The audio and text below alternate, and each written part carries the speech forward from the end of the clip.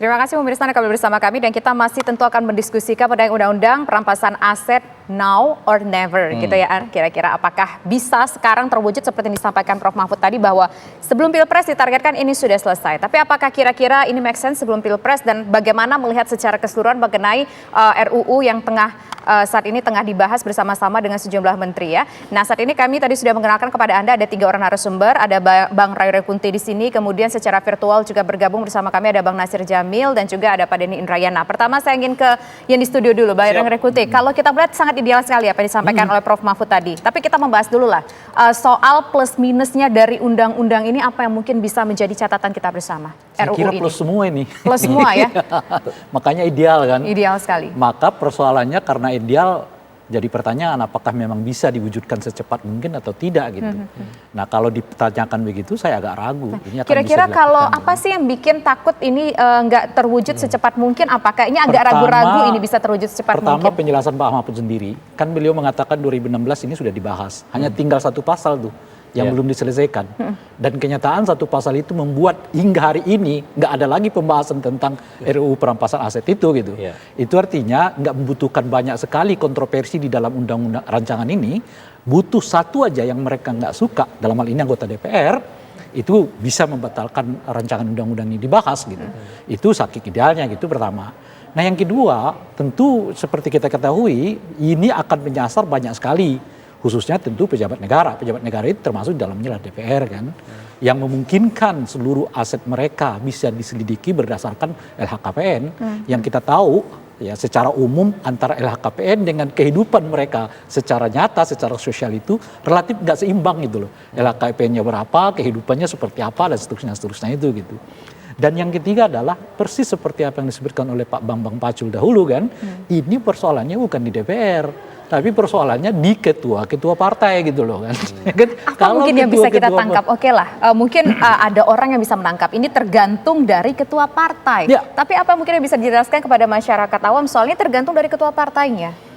Partai politik kita ini tergantung pada uang yang nggak bisa diverifikasi, gitu. Jadi hidupnya partai kita itu dari situ. Coba dicek aja dulu laporan keuangan partai politik kita gitu. Dan pembiayaan yang mereka lakukan di dalam setiap aktivitas partai politik. Nggak sebanding itu. Ya kan? Laporannya berapa, tapi aktivitasnya Anda tahu sendiri. Iklan berapa, spanduk berapa, belum lagi hajatan-hajatan yang bernama mukernas, ya kan, deklarasi. Coba Anda lihat ya deklarasi di sana sini macam-macam tuh. Penggunaan jet pribadi macam-macam dan sebagainya. Kita nggak tahu tuh dari mana sumber uangnya semua tuh. Kan kira-kira gitu. Nah kalau undang-undang aset ini, perampasan aset ini diberlakukan kan, setidaknya kita bisa mengklarifikasi antara dana yang dikumpulkan oleh partai politik satu segi, dana yang dikumpulkan oleh pejabat negara di satu segi yang lain, itu bisa dari situ kita pintu masuknya untuk meneliti apakah memang aktivitas partai dengan biaya besar itu seiring dengan laporan dana partai politik mereka ke KPU kan, meskipun laporan dana partai politik KPU itu hanya berhubungan dengan dana pemerintah gitu. Nah sekarang berdasarkan rancangan undang-undang ini kita bisa memperluas. Jadi yang sekarang diselidiki bukan hanya sekedar dana negara yang masuk ke partai politik, tapi boleh juga seluruh aset-aset yang berhubungan dengan aktivitas partai politik dikaitkan dengan undang-undang perampasan aset ini gitu. Jadi di situ itu yang saya sebut tadi. Karena ini terlalu ideal, justru itu mungkin yang jadi masalah. Ini bisa diwujudkan gitu. Dan yang paling pokok dari itu, kan selama ini kita selalu mengeluh uang negara habis untuk mengejar koruptor, tapi uang yang kembali ke kas negara nggak lebih dari 10%. Kan kira-kira gitu. Ya itu kenapa itu terjadi karena kita nggak punya undang-undang perampasan aset. Jadi KPK, pengadilan, kejaksaan tidak memiliki alat yang cukup untuk memeriksa, mengambil, merampas, menyita, ya kan, uang yang dianggap merupakan bagian dari kejahatan itu kembali ke negara gitu. Nah sekarang dengan undang-undang ini, mudah-mudahan antara pengeluaran untuk memproses para pelaku tindak pidana korupsi dan seterusnya itu dalam hal penggunaan keuangan ilegal gitu ya, itu setara dengan uang yang kembali ke kas negara. Gitu. Baik. Baik, saya ingin ke Pak Denny, mantan Wamenkumham, untuk menanggapi ini. Apakah memang optimistis dari pemerintah tadi harus gugur ketika dihadapkan pada idealisme yang ada di RUU ini begitu, seperti menelanjangi diri sendiri, termasuk organisasi partai politik di sini yang kemudian menjadi penentu nanti apakah RUU ini menjadi undang-undang? Iya, jadi memang apakah kita optimis atau pesimis itu menjadi dilema pada saat kita melihat RUU ini. Maksudnya begini. Kalau dari sisi ideal, RUU perampasan aset ini tentu akan menambah kuat sistem penegakan hukum anti korupsi kita. Yeah. Nah, tapi dari sisi realitas, maka ini juga akan menjadi senjata makan tuan nih bagi para pelaku kejahatan korupsi yang selama ini menikmati dan menyembunyikan aset-asetnya. Dan itu kan harus diakui ada juga di lembaga-lembaga yang membuat undang-undang perampasan aset di DPR, di pemerintahan begitu. Nah, karenanya kalau kemudian ini bisa lolos, tentu harus dibutuhkan satu komitmen yang genuine harusnya ya, bukan dipolitisir karena ini terjadi di tahun-tahun menjelang pemilu.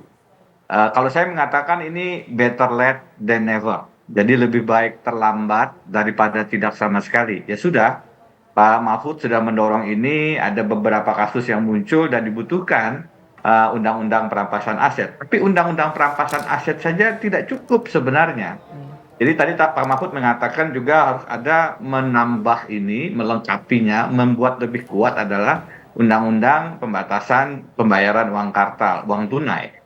2 itu menurut saya juga tidak cukup. Harus ada 3 yang lain. Jadi minimal 5 sebenarnya. 1, komitmen pemberantasan korupsi presiden sendiri harus diperbaiki. Karena di situ juga letak masalahnya pada saat kemudian kita sekarang melihat IPK turun, salah satunya ada di sana. Yang kedua, yang dikatakan beberapa teman DPR, nanti ada Pak Nasir mengkonfirmasi, jangan sampai ini kemudian menjadi masalah ketika integritas penegakan hukum sendiri problematik. Jadi nanti undang-undang ini disasar ke lawan politik, dimentaskan ke kawan politik. Jadi nggak bagus begitu. Nah, penegakannya hukum harus berintegritas. Yang kelima, KPK harus dikuatkan lagi. Nah, 5 ini yang bisa menyebabkan RUU perampasan aset punya makna. Kalau hanya RUU perampasan aset tanpa pembatasan uang tunai, tanpa komitmen pemberantasan korupsi yang baik dari presiden, tanpa kemudian ada penegakan hukum yang berintegritas dan KPK-nya tetap lemah, RUU perampasan aset jadi hanya satu jadi hiasan saja di tengah sistem pemberantasan korupsi kita yang sebenarnya tetap problematik gitu. Jadi bagi saya oke, ini ada air gitu di tengah oase padang pasir, di tengah pemberantasan korupsi kita yang sedang kering kerontang karena KPK-nya dilumpuhkan, etika pimpinan komisionernya sedang bermasalah. Oke, sekarang diberikan semacam harapan gitu, yang namanya RUU perampasan aset. Tapi itu saja tidak cukup dan kita harus betul-betul mengkritisi ini